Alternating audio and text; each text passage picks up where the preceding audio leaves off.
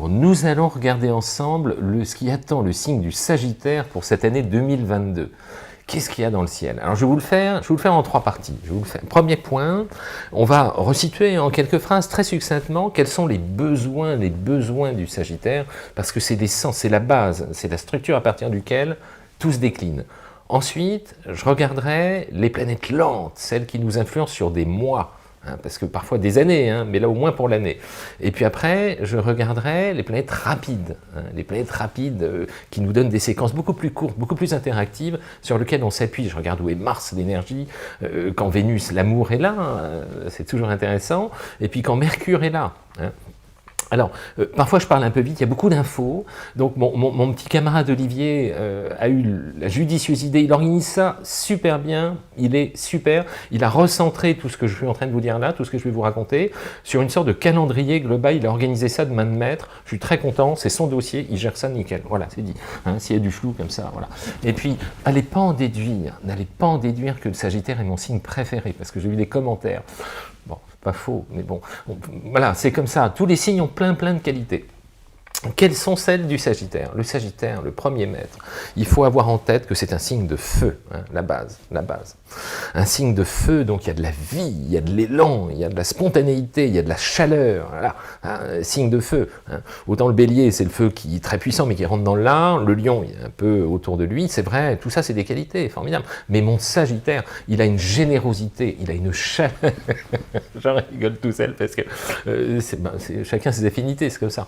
Et il y a un optimisme, une joie de vivre, voilà, c'est ça pour moi les qualités du Sagittaire, à la base. Les planètes qui gouvernent ce signe, quelles sont-elles? Il y en a deux. Il y a Jupiter. Jupiter, c'est ce que je viens de décrire juste avant, la chance, l'état d'esprit positif, voir le bon côté, être optimiste, généreux, chaleureux, et quand on s'approprie ces valeurs-là, c'est de l'or, quoi. Ça ouvre toutes les portes, ça crée la sympathie, ça crée la confiance, ça crée les spirales vertueuses. Plus vous allez en conscience me travailler ce noyau dur sur lequel vous êtes construit, plus la vie vous sourit. Voilà, c'est ça que je veux qu'on garde en tête. C'est vraiment l'angle numéro 1 sur les besoins du Sagittaire. Le Sagittaire, il a un deuxième maître. Le deuxième maître, c'est Neptune. Neptune, c'est l'inconscient collectif, ce sont des notions que Carl Gustav Jung a étudiées de façon assez fine. Comprendre les besoins, l'air du temps, sentir ce qu'il y a autour de nous, percevoir, avoir une vision d'ensemble. Et puis ça peut être la foi, la volonté, l'espérance. La liaison Jupiter-Neptune, elle est toujours très riche. Voilà, pour info. Donc, ce sont vos besoins. Qu'est-ce qu'il y a maintenant au niveau des planètes lentes dans le ciel? Les planètes lentes dans le ciel, cette année, les planètes lentes, allez, il y a Pluton, Neptune, Uranus, Saturne et Jupiter. Voilà les 5 qu'on va regarder ensemble. Puis Jupiter, il vous veut du bien, une longue période cette année, on va regarder ça, parce que c'est la plus intéressante. Alors, Pluton, il est en ce moment en Capricorne. Pluton, c'est celui planète qui gouverne le Scorpion, qui bazarde tout, etc. Il est en deuxième maison solaire, la maison des avoirs. Il est là depuis un bout de temps. Il ne vous ennuie pas, soyons très lucides. Il va même devenir un formidable soutien, mais à partir du 23 mars 2023, on n'y est pas encore, on en reparlera l'année prochaine. Pluton, on va dire qu'il est relativement neutre. Neptune, la sensibilité, la réceptivité. Neptune, il est en Poisson. Quand il est en Poisson, il est très puissant en Poisson, mais il forme avec vous ce qu'on appelle un carré, une demi-opposition. Donc, qu'est-ce que ça donne? Ça donne qu'encore cette année, une sensibilité épidermique, une réceptivité, une perméabilité émotionnelle un peu surdosée. Qu'est-ce que ça engendre? Ça engendre que vous prenez souvent les choses beaucoup plus à cœur, qu'on peut vous atteindre émotionnellement, que vous donnez prise, en fait, être réceptif à tout ce qui passe, tout ce qui bouge, les mouvements, les paroles, les relations humaines, etc. Vous êtes plus perméable. Voilà, on le sait. Donc l'idée, ça va consister à filtrer. Filtrer, séparer le bon grain de l'ivraie, c'est une vierge qui vous parle, pas polariser sur les choses secondaires, sur les détails, vous concentrer sur l'essentiel, pas vous laisser naviguer, influencer surtout. Gardez votre visibilité claire sur ce qui vous correspond à vous, ce qui est bon pour vous. Ensuite, il y a Uranus. Uranus, il est en taureau, il est en quinconce, il ne vous concerne pas directement, sauf si vous avez des planètes dans ce secteur-là, mais là, ce n'est pas le cas pour toutes les planètes en Sagittaire. Ensuite, il y a Saturne. Saturne, c'est le temps. Saturne, c'est Chronos. Saturne, c'est tirer des leçons des choses. Saturne, il est en Verseau, il forme avec vous un angle de 60 degrés qui est super positif, protecteur. Qu'est-ce qu'il engendre quand Saturne est positif et protecteur, comme c'est le cas là, pendant toute l'année, hein. Saturne, il vous pousse à faire du tri dans ce qui fonctionne, dans ce qui ne fonctionne pas.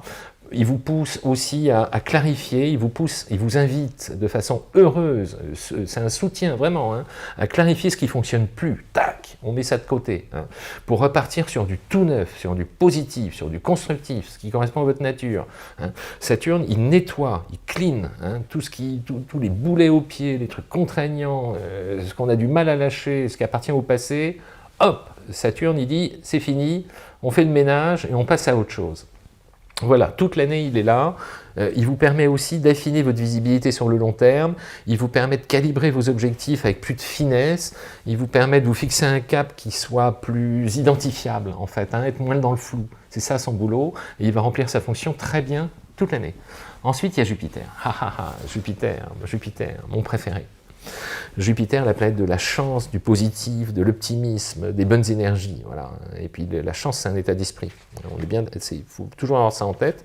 Jupiter vous veut du bien, mais il ne vous veut pas du bien toute l'année. Il y a des périodes durant lesquelles il va être plus ou moins efficace. C'est ce qu'on va regarder maintenant. Attention, c'est le plus important, notez-le bien. Jupiter, jusqu'au 10 mai, donc c'est pas, voilà, hein, il est dans le signe des poissons, donc attention à l'excès, attention à l'impatience, attention à ce que j'appelle les victoires à la Pyrrhus. Victoire à la Pyrrhus, c'est que ce qu'on met en place peut être plus fatigant que le résultat final. On peut s'emballer, on peut s'enflammer, on peut être un peu dans la surdimension des choses à atteindre. Il va falloir me le canaliser. Jupiter n'est jamais mauvais, il est excessif dans ces périodes-là. En revanche, la période la plus importante de l'année, celle-là, mais gravez-la dans l'agenda, quoi. La période qui va s'étendre du 10 mai au 28 octobre, celle-là, Jupiter formera avec vous ce qu'on appelle un trigone, un angle de 120 degrés. Après la conjonction, hein, qui est exceptionnellement puissante, le trigone est le plus bel aspect de tout ce qui existe. Voilà. Donc la planète de la chance, qui forme avec vous une influence particulièrement heureuse, stimulante, constructive, qui me dynamise la bonne humeur, qui me dynamise le facteur chance, qui me dynamise l'ouverture sur le monde extérieur, qui permet de prendre de l'expansion dans tout ce qu'on touche, que les choses s'emboîtent naturellement, que les objectifs sur lesquels on se cale, on se fixe, se font sur une sorte d'optimisation de tout ce qui est en présence, cette période-là. Voilà, ça passe pas souvent, donc me la loupez pas, je vous la refais vite fait, c'est du 10 mai au 28 octobre, elle est belle quand même, hein, faut être lucide, hein.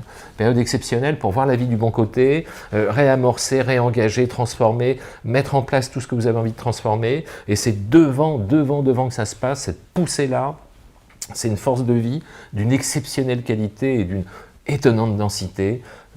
Voilà, faut pas me la louper. Vous êtes prévenus, hein, voilà, c'est dit. Bon, après, maintenant, je vais regarder. Après, il retourne un peu en poisson, du 28 octobre au 20 décembre. Voilà, il retourne en poisson. Voilà, c'est périodes où il faut lever un peu le pied. Il faut faire gaffe, quand Jupiter est en carré, comme ça, on peut être tendance à être dans l'excès partout. Alors, ça peut être, on peut prendre un peu de poids, on peut être un peu plus gourmand, on peut être un peu plus impatient, voilà. Hein. Et puis, la bonne nouvelle, c'est qu'il redéboule dans un signe qui vous pulse au max à partir du 20 décembre et en partie sur 2023, mais on en reparlera en 2023. À partir du 20 décembre, il redevient formidablement stimulant pour terminer l'année. Ça, c'est Jupiter. Après, je voudrais vous parler de Mars. Mars, c'est la volonté et l'action. Mars, il est chez vous. Il débute l'année 2022, il est chez vous jusqu'au 13 janvier. Jusqu'au 13 janvier, c'est la pêche. Formidable énergie. Là, on avance, on dépote. Énergie matin, midi et soir, que du bonheur. Il faut agir, il faut se dépenser physiquement durant ces périodes-là. Ensuite, Mars passe en Capricorne à partir du 24 janvier. En Capricorne, il est en deuxième maison solaire, peut concerner les sous, peut-être une façon plus active de vous organiser sur un plan pratique. Ensuite, à partir du 6 mars jusqu'au 15 avril, il sera dans le signe du Verseau. Donc là aussi, comme Saturne, il est stimulant, la pêche, l'énergie, l'endurance dans ce signe au sextile-là. C'est ça qui vous apporte. Mars passe en Poisson, on me l'oublie, entre le 15 avril et le 24 mai, 15 avril 24 mai, pas de décision hâtive, pas de rapport de force, pas d'impatience, pas de situations dans lesquelles on tranche dans l'urgence. Faut éviter, hein, tout simplement. Il y a de l'énergie, c'est sûr, mais elle risque d'être excédentaire et en dents de scie. Voilà, c'est dit. Mars, en revanche, devient formidablement protecteur formidablement protecteur et vous apporte une pêche, un tonus, une stimulation, une énergie formidable. Attention, entre le 24 mai et le 5 juillet. Top. À pas louper. Ensuite, du 5 juillet au 20 août, il est en taureau, c'est un quinconce. Un quinconce, qu'est-ce que c'est? C'est un angle qui fait à la fois 90 et 60. C'est une période neutre. Le libre arbitre est plus important. Donc l'énergie, la façon dont vous la gérez, vous êtes complètement tributaire de la manière dont vous êtes organisé. C'est neutre, hein, voilà, tout simplement.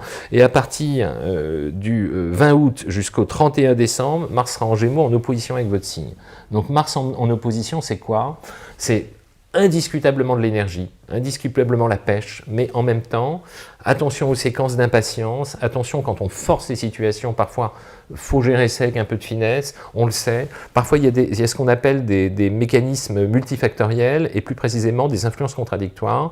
Vous avez vu la période de Jupiter qui est exceptionnellement bonne, ben, quand il y a des aspects un peu contradictoires, on jongle, hein, on s'organise, on prend ce qui est bon, on limite la casse sur ce qui est moins, tout simplement. Bon, allez, je vais vous parler de Vénus maintenant. Vénus, c'est notre vie amoureuse, c'est notre sensibilité. Vénus démarre l'année jusqu'au 6 mars, il est en Capricorne, deuxième maison solaire. La maison 2, c'est les sous, hein, c'est tout ce qui est matériel, concrétisation. Donc la période, en théorie, n'est pas mauvaise. Tout dépend ce que vous avez dans le collimateur en train d'essayer de concrétiser. Ensuite, Vénus devient super intéressante. Le charme, le charisme, l'arrondi, les bonnes choses sur le plan affectif. Entre le 6 mars et le 4 avril. Super bon cette période-là sur le plan affectif. Ensuite, du 4 avril au 3 mai, Vénus en Poisson, hypersensibilité encore une fois, réceptivité affleurante, vous prenez des choses très à cœur, attention à ne pas vous enflammer trop vite, à ne pas prendre trop, être trop réceptive, hein, à ce qu'on vous dit. Hein, période un peu sensible. Ensuite, Vénus devient formidablement protectrice sur le plan amoureux entre le 3 et le 28 mai. Super, un trigone de Vénus, je prends, c'est que du bonheur. Charme, charme, élan du cœur, coup de passion possible. Un trigone venant du Bélier, c'est la très très bonne période sur le plan amoureux, très bonne pour faire avancer des situations qui nécessitent un petit coup de pouce. Hein, là, il faut y aller.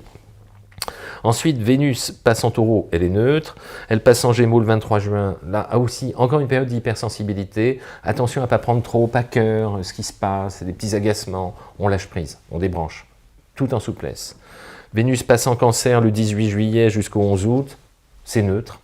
Libre arbitre maximum pour tout ce qui est affectif. Autre période qui arrive derrière, très bonne sur le plan amoureux, affectif, rapport humain, émotionnel avec les proches, entre le 11 août et le 5 septembre. Sublime. Vénus du Lion forme un trigone avec vous, super protecteur. Charme. Tout ce qu'on a envie de faire avancer sur le plan cœur, c'est une bonne période. Après, Vénus passe en Vierge du 5 septembre au 29 du même mois. Léger, hein, encore une fois, hein, hyper réceptivité relationnelle. Vénus revient vous charmer entre le 29 septembre et le 23 octobre, en Balance, sextile, super période au niveau du cœur, tout ce qui est affectif, rapprochement, ressenti, partagé, promiscuité amoureuse, très bon, rencontre, contact, les choses se décantent, voilà, c'est là où il faut aller, il faut avancer durant ces périodes-là. Vénus, le 23 octobre, entre en Scorpion jusqu'au 16 novembre, et à partir du 16 novembre, accrochez-vous bien, à partir du 16 novembre, Vénus passe dans votre secteur, pile au-dessus de votre tête. Entre le 16 novembre et le 10 décembre, Vénus pile là au-dessus. Vénus, le charme, la chance, la facilité, le savoir-faire relationnel, la rondeur, la douceur, le charisme, la fluidité de l'échange, la chaleur de l'élan, la jovialité, tout ce qui attire, tout ce qui vous rend formidablement attachant, attirant, voilà, tout ce qu'on aime chez vous, à ce moment-là, est extrêmement marqué. Hein, par cette position de Vénus qui passe chez vous. Et enfin, à partir du 10 décembre jusqu'au 31 décembre, Vénus en maison 2. La maison 2, c'est des sous, c'est des actifs, concrétisation. Il y a peut-être des choses intéressantes à mettre en place durant cette période-là parce que le climat est bon. Je vais terminer par Mercure. Mercure, c'est la communication. Mercure, c'est la capacité qu'on a tous à créer du lien humain, à faire passer le message, à s'entendre, à rentrer dans l'oreille de l'interlocuteur. Mercure, c'est important, c'est un fluidifiant. Et il vous arrive parfois, lorsque Mercure forme avec vous des aspects qui sont un peu dissonants, on appelle ça comme ça, d'être franc, d'être direct, d'être spontané, mais en même temps de dire des choses, parfois on ne vous a pas demandé, hein, voilà, ou de mettre les pieds dans le plat, ou cette spontanéité, cette franchise, elle peut tomber un peu à côté, hein, ça peut faire que le message ne passe pas de façon optimale, parce que voilà, l'oreille en face, elle n'est pas dans l'état d'esprit de l'entendre, dirons-nous, pour être souple, hein, et pour trouver la bonne formule. Donc c'est important, Mercure. Mercure, à partir du 2 janvier jusqu'au 26 janvier, il vous veut du bien. On communique de façon fluide. Super. Ensuite, il revient vous donner un petit coup de pouce à partir du 14 février jusqu'au 10 mars. Topissime pour communiquer, faire passer le message, trouver le mot juste, rentrer dans l'oreille comme il faut, trouver la bonne façon de s'exprimer et de s'entendre. Très très intéressant. Ensuite, Mercure entre en Poisson le 10 mars jusqu'au 27 mars. Là, on y va extrêmement doucement quand on a des mises au point à faire ou des choses à dire. Je vous mets en garde là-dessus, période un peu plus sensible. On était au 10 mars jusqu'au 27 mars. Au 27 mars, Mercure rentre en Bélier, la pêche, un talent exceptionnel pour communiquer, faire passer vos messages, rentrer dans l'oreille de l'autre, faire en sorte d'optimiser les discussions, voir le bon côté, être générateur d'idées, créatif. Positif, stimulant, encourageant. Voilà, c'est les valeurs qu'il faut mettre en lumière à cette période-là. Ensuite, Mercure rentre dans le signe du Taureau le 11 avril jusqu'au 30 avril. Bon, c'est neutre, hein, quinconce, j'en ai déjà parlé. Il arrive en Gémeaux, attention, tenez votre langue, du 30 avril au 23 mai. Il retourne ensuite en Taureau à partir du 23 mai, il est neutre. Il retourne en Gémeaux. On fait très attention à ce qu'on dit entre le 13 juin et le 5 juillet. Le 5 juillet, il est en Cancer, il est neutre. Et Mercure redevient super positif pour communiquer à partir du 19 juillet jusqu'au 4 août. 19 juillet jusqu'au 4 août, Mercure en Trigone. Là, on retrouve la formule heureuse. On retrouve cette facilité naturelle que vous avez à exprimer les choses, mais que ça rentre pour être dans les clous, hein, pour pas qu'il y ait d'aspérité, pour pas que ça coince au niveau de la communication, que ce soit en émission ou en réception. C'est dans les deux sens que ça fonctionne, quand Mercure est beau. Ensuite, Mercure rentre en Vierge du 4 août au 26 août, donc là, on se tient à carreau, on fait pas de gaffe, hein, on s'emballe pas trop vite, on s'enflamme pas, on évite de signer des trucs trop rapidement, il faut se méfier durant ces périodes-là. Pas d'optimisme excessif, pas d'expression trop hasardeuse, verrouillez bien tout ce que vous faites. Mercure vous veut de nouveau du bien du 26 août au 23 septembre, super. Alors là, venant de la Balance, ce sextile qui vous soutient, il est formidablement fluidifiant sur le plan des échanges, de la communication, il est formidablement nourrissant pour trouver le meilleur équilibre possible avec tout ce qui bouge autour de vous. Ça, c'est pas anodin ce que je suis en train de vous raconter. Hein. Il retourne en Vierge du 23 septembre au 10 octobre, donc là de nouveau, prudence quant à l'expression. Du 10 octobre jusqu'au 29 octobre, il revient dans la même configuration de précédente. Super période, vraiment, pour communiquer, s'entendre, faire passer le message. Le ciel est très très bon pour la communication durant cette période-là. Ensuite, il est en Scorpion du 29 octobre au 11 novembre, c'est pas terrible. Enfin, c'est complètement neutre, en fait, 12e maison solaire. Et il ne faut pas que je me gourre. Et du 17 novembre jusqu'au 6 décembre, Mercure passe en Sagittaire. Et Mercure, le mental, l'intelligence, l'intellect, la communication, qui passe pile au-dessus de votre tête. Pile au-dessus de votre tête, c'est des périodes durant lesquelles on est au max de cette capacité que l'on peut avoir à communiquer, faire passer le message, être entendu, trouver des solutions, signer des trucs, s'organiser, se lancer, s'engager, partir sur des bonnes bases, être bien synchronisé avec les interlocuteurs, optimiser toute forme d'expression, faire en sorte que l'on se comprenne de manière idéale. Voilà, hein, quand Mercure est là, au-dessus de sa tête, moi j'en veux bien tout le temps, c'est du bonheur. Et enfin, Mercure terminera l'année entre le 6 décembre et le 31 décembre en Capricorne, donc votre deuxième maison solaire. Et votre deuxième maison solaire, c'est encore une fois, c'est les actifs, les sous, l'organisation financière. Donc, ce sont des périodes dans lesquelles on peut cliner, on peut trouver des solutions, on peut s'organiser de façon assez fine. Donc, c'est bon à prendre aussi. Voilà. C'est dit. Bon, je vous ai fait un petit tour. Je vous ai fait un petit tour sur l'année. Globalement, il y a plein de positions planétaires qui évoluent. Voilà, super. Hein, on se retrouve pour les trucs hebdo que j'adore faire, les pleines lunes et nouvelles lunes. Qu'est-ce que je vais vous dire d'autre? Oui, merci pour vos likes, pour vos abonnements. Moi, ça me fait super plaisir. Vos gentils commentaires, voilà, la spirale vertueuse des bonnes énergies qu'on échange ensemble, parce qu'on se nourrit réciproquement. Hein, voilà, c'est ça qui est important. La bonne humeur, c'est un truc qui s'alimente, qui s'entretient. Moi, j'ai un secret, c'est tout bête. J'évite tous les profils anxiogènes. Tout ce qui envoie de l'énergie négative, tout ce qui nous plombe, j'ai compris, hein, j'ai l'ascendant Sagittaire, avec un Jupiter Trigone qui me le soutient, j'ai compris qu'il fallait que je ne me laisse pas polluer par toutes les énergies négatives. Hein, ayant un peu de Sagittaire, avec mes Sagittaires préférés, hein, si on pouvait suivre cet état d'esprit, de dire « Oh là là, déprime, négatif, mauvais augure, machin, hop, roust, loin de moi. Hein. » C'est un truc que j'ai appris, si je peux vous le transmettre, tant mieux. Voilà. Et puis je vais faire un truc, mes Sagittaires qui aimaient les voyages et les déplacements. Voilà. J'ai un camarade producteur qui est venu me voir. Je vais faire un tour de France là dans les mois qui viennent. Il y aura un lien en dessous là pour avoir les dates, les endroits, quand est-ce que ça se fait. Allez voir quoi. Voilà. Hein. Moi je vais passer. On se verra dans des salles un peu partout en France. Hein, c'est l'idée. Et puis je ferai des caractères, je ferai des profils, on ne peut pas faire tout le monde, hein, mais je ferai en sorte que ça nous intéresse tous, c'est mon truc. Et puis je vous donnerai des clés pour optimiser au mieux la façon dont je fonctionne avec l'astro, pour tirer le meilleur parti de tout ce qu'il y a, on regardera ça ensemble, et puis je descendrai dans la salle, je ferai des profils, et puis je ferai des couples. Hein. J'insiste un peu sur les couples, mais c'est pas anodin.